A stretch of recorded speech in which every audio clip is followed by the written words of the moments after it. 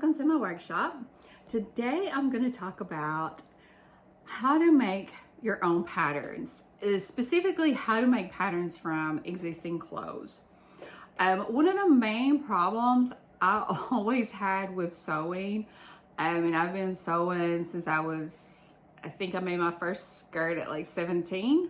I don't want to tell you how long ago that was, but it was a long time ago. One of the biggest problems as someone who wanted to sew garments was finding patterns that fit me. Even though the measurements would line up with my measurements, they still didn't fit. They still needed tons of alterations that just kind of made me super frustrated and ruined the whole experience for me. A lot of times by the time I was done getting a garment that actually fit me, I kind of lost the joy of sewing, which eventually led to me not wanting to sew as much. That's a common problem with patterns. And back when I started sewing, there was even less information about getting a good fit. And now there's the internet and there's all kinds of tips and tricks, which are helpful. But for me, the best fitting patterns always come from making the pattern from clothes that already fit me really well. And once I got a few good basic patterns down, I also kind of discovered that I didn't need as many patterns as I thought I did, which has saved me a ton of money over the years. Because I can take those basic patterns that already fit me really good. And if I want to change the shape or the look, I can do that easily. Mostly I just add details to things to make them look different, because adding the details to stuff is really what I love to do. Love adding, the cover stitches to knits and things like that. For me, fit was the hard part of sewing garments. Adding details to get different looks or a few little tweaks here and there, that was the fun part. That's always been the fun part for me. That's why I love sewing. Because I want a well-fitted garment that I can personalize in a way. So having to do the technical parts of things, it just kills it for me. It's one of the reasons why I always use Baby Lock sergers with the automatic tension. I don't want to spend my time sewing figuring out tensions. I want the machine to do it for me. I don't have to figure out that technical part, because that takes the joy away from me when I'm creating. So the best fitting patterns have come from clothes that already fit well for me. And it is not hard to do. I just wrote an article about this on my website. And so this video kind of goes with that. But I'm just going to go over some things really quick. The first pattern I ever made from an existing article of clothing was a pair of jeans.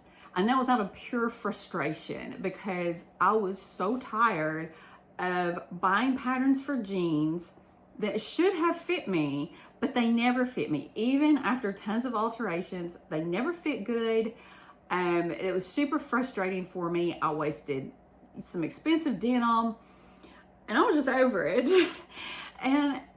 And it was frustrating, as a seamstress who was also working as a costume designer, as a professional, that I couldn't make a pair of jeans that fit me, as well as ready-to-wear jeans in the store. And this was way back, like 20 years ago maybe, where thrift stores were not a huge thing. Fast fashion wasn't huge yet. So there was never any jeans that actually fit me in a thrift store that I wanted to wear. So I found my most simple pair of jeans and I made a pattern from them. And from that, I made many, many pairs of jeans. And this is the first pair of jeans I made. And you can see how simple they are. They don't even have real pockets. They've got these little decorative pockets. And that's one of the reasons why I picked this pattern. It also has this really wide waistband that was really easy for me to copy. And then I just add a little detail. I didn't spend a lot of time on these because I didn't know how it was gonna work. And even though I've lost weight and these don't fit me anymore, I I hang on to them just because, yeah, sentimental value. Because this was the first experience I had making my own pattern. If you're a new sewer, I do recommend starting with something easier than a pair of jeans, even though those are really simple jeans. But if you start with something like a bolero, I mean, I made this bolero pattern, which I love, and I've made over and over and over again. I made it from my favorite bolero that I had crocheted years ago. And it's just 2 pieces, super simple. And I knew that it was going to be simple, and I was just gonna make a lot of little coordinating boleros that I was gonna use my cover stitch on. And so that's a really, really good, easy pattern to start with, a bolero. And you don't have to cut it up. You see, I did not cut up my bolero. And I always use, when I make my patterns, it's embroidery machine stabilizer. I love this stuff. It holds up really, really well. I've got patterns that I've used for years and they don't fall apart. Unlike that tissue stuff that rips easy, you know, that you get from like McCall's and Simplicity and stuff like that. And I've been using this roll, I think, for like 10 years. This paper that you can get from any sewing shop that sells embroidery machines. It's a huge roll. Like I said, I've been using this for like 10 years for patterns and for my embroidery machine. This is my favorite. I don't like the pattern paper that has the grids on it because I like to take notes. I like to put my like sewing directions directly on the pattern. So that way I don't have a separate piece of paper. And anytime I make a note, it's just directly on that pattern piece. And I don't have to worry about looking at anything else. I add my seam allowances as I trace the pattern using one of these seam allowance tracing pencils, and you can get these in different sizes. If I'm gonna do jeans, I use something bigger. If I know I'm gonna be using my serger primarily for a garment that I'm gonna make over and over again, I just use the 1/4 inch. That makes it really easy. So this is very cheap. These are cheap and last forever. And then I've got these great patterns that like I've used over and over and over again, and they don't tear up, they don't break down. I keep them in a Ziploc bag with all the info wrote on them that I need. And then I just keep them in a file. And like I said, you do not have to cut the item. You just fold it on the seam lines and lay it down best you can and take pattern weights, not pins, pattern weights, and then trace around.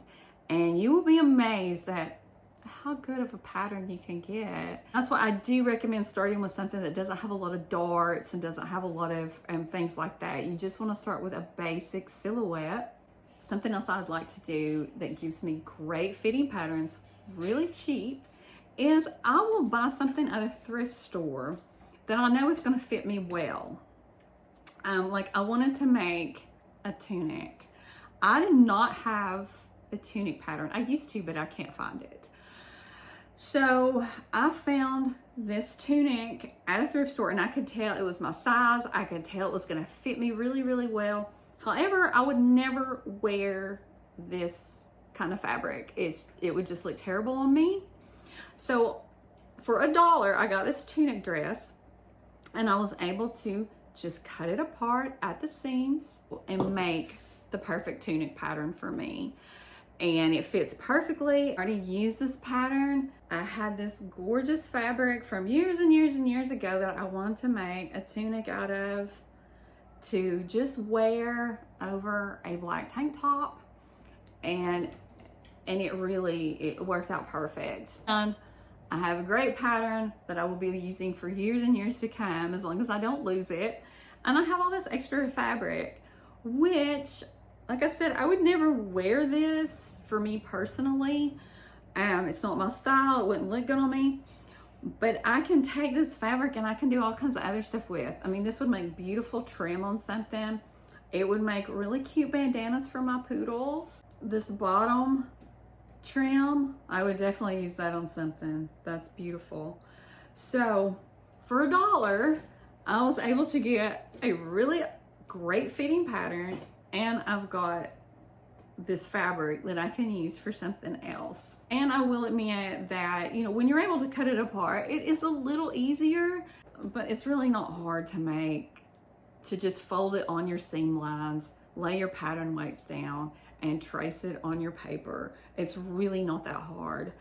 I've done it dozens of times, and if I can do it with a pair of jeans at my first go and be successful, you can definitely do this and get yourself some great fitting patterns, save yourself a ton of money, save yourself a ton of frustration, and be able to enjoy sewing and creating great fitting garments with your own personal details. I hope you find this video helpful and it gives you some tips and some ideas. Have a good one.